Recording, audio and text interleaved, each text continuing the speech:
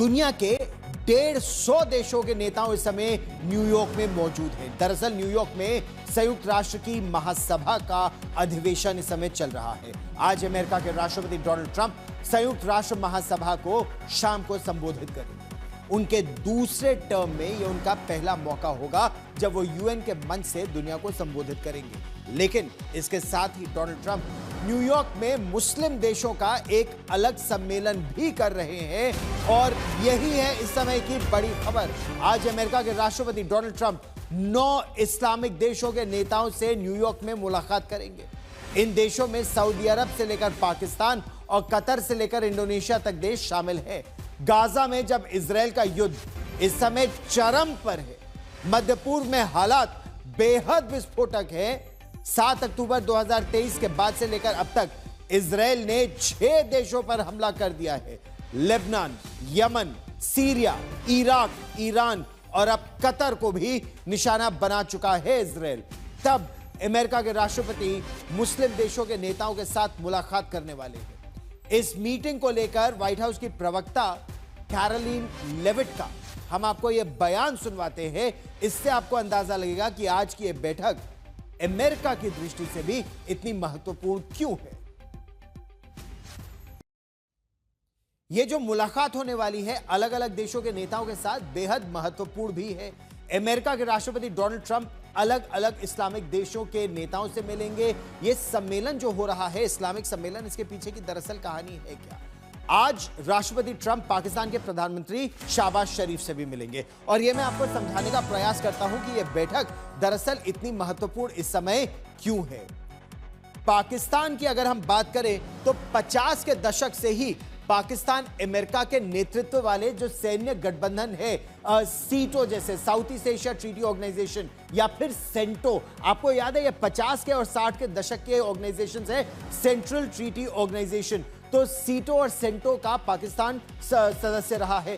शीत युद्ध के दौरान जब कोल्ड वॉर हुआ था तो सोवियत संघ के प्रभाव को रोकने के लिए अमेरिका ने पाकिस्तान को सैन्य मदद भी दी और आर्थिक मदद भी दी।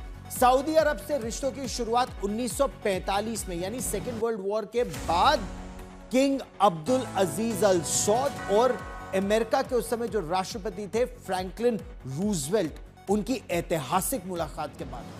और ये दोनों देशों के संबंधों को लेकर सुरक्षा पर आधारित है। सऊदी अरब को अमेरिका ने सुरक्षा की एक तरह से गारंटी दे रखी है। अब तुर्की से बात करते हैं।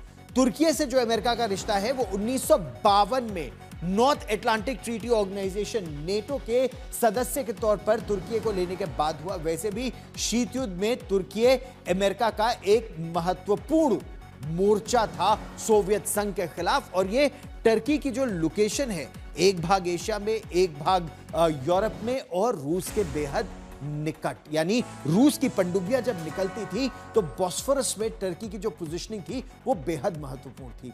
अब बात करते हैं यूएई की, संयुक्त अरब अमीरात। 1971 में यह रिश्ता शुरू हुआ और दोनों देशों के संबंध अब आर्थिक और सुरक्षा दोनों की दृष्टि से बेहद महत्वपूर्ण है।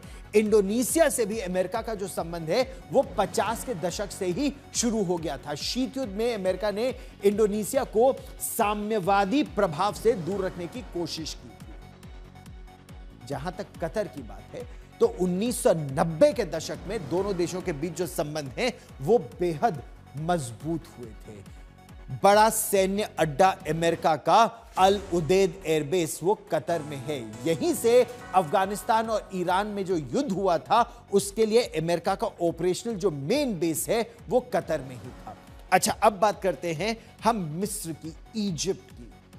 1979 में इजराइल इजिप्ट वॉर के बाद जो शांति समझौता हुआ था काहिरा और मिस्र के बीच में, जो इजराइल और मिस्र के बीच में, इस शांति समझौते को कैंप डेविड समझौता कहा जाता है। और इसके बाद से ही यह मित्रता और मजबूत हुई अमेरिका और इजिप्ट की। आज भी मिस्र को अमेरिका हर संभव मदद भी करता है और हर साल भारी सैन्य और आर्थिक मदद मिलती भी है।